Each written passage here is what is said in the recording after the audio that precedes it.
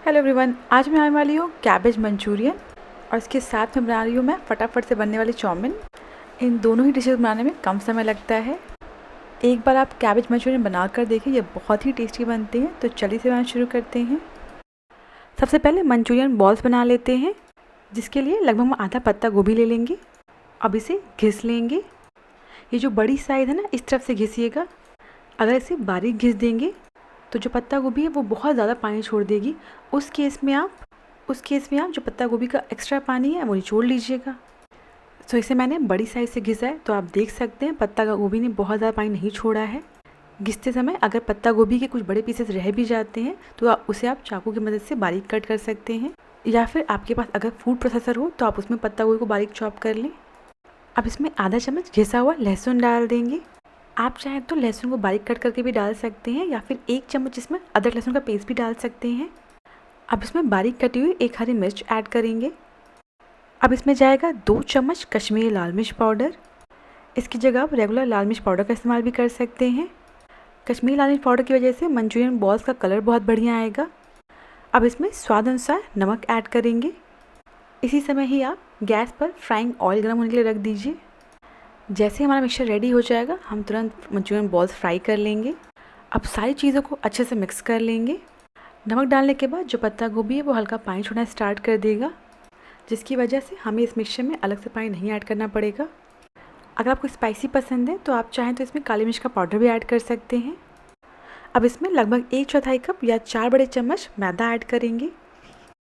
इसके बाद इसमें 2 बड़े चम्मच कॉर्नफ्लोर ऐड करेंगे। कॉर्नफ्लोर ना हो तो आप सिर्फ मैदे का इस्तेमाल करें। अब इन सारी चीज़ों को अच्छे से मिक्स कर लेंगे। अगर आपको ये मिक्सचर थोड़ा ज़्यादा गीला लगे तो आप इसमें थोड़ा सा मैदा या कॉर्नफ्लोर ऐड करते जाएं।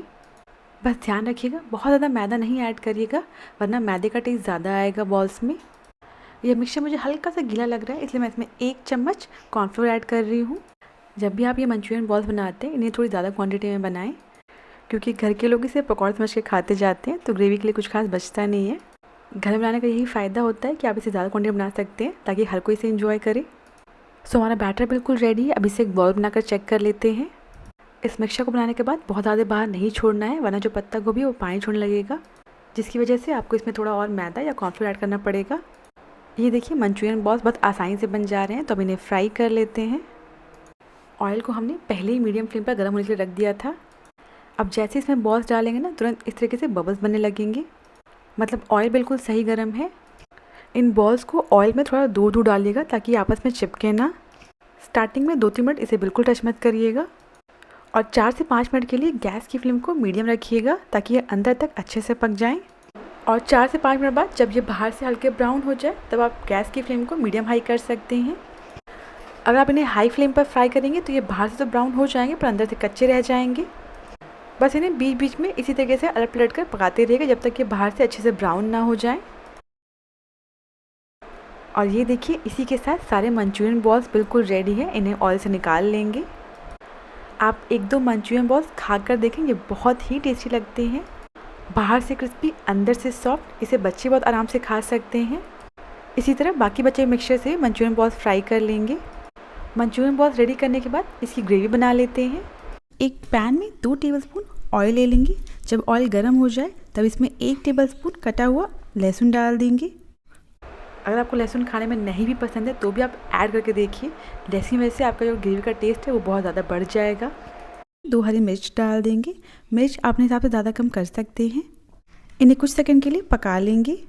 बच्चों के लिए बना रहे हैं, या फिर अगर आपको ज़्यादा तीखा नहीं पसंद है तो हरी मिर्च ना ऐड करें।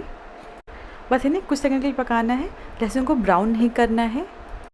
इसके बाद इसमें प्याज डाल देंगे, और साथ ही में शिमला मिर्च डाल देंगे। आप चाहें तो प्याज और शिमला मिर्च को लंबाई में कट करके डाल सकते हैं। अब इन्हें तब तक पकाएंगे जब तक ये जो प्याज और शिमला मिर्च है ये थोड़े सॉफ्ट ना हो जाएं। अगर आपके पास स्प्रिंग अनियन हो तो आप उसका वाइट हिस्सा कट करके इसमें डाल सकते हैं। बस आप उसे प्याज शिमला मिर्च के पहले डालिएगा। प्याज शिमला मिर्च को बहुत ज़्यादा सॉफ्ट नहीं करिएगा, इन्हें हल्का सा क्रंची रखिएगा। अब इसमें सॉसेस ऐड करेंगे। 1 चम्मच चिली सॉस, 1 चम्मच सोया सॉस, और 1 चम्मच विनेगर ऐड करेंगे। आप चाहें तो इसमें 1 चम्मच टोमेटो केचप भी ऐड कर सकते हैं। मैं इसे हल्का स्पाइसी रख रही हूँ। अगर आप इसे बच्चों के लिए बना रहे हैं तो टोमेटो केचप ज़रूर ऐड करें। सारी चीज़ें अच्छे से मिक्स हो गई हैं।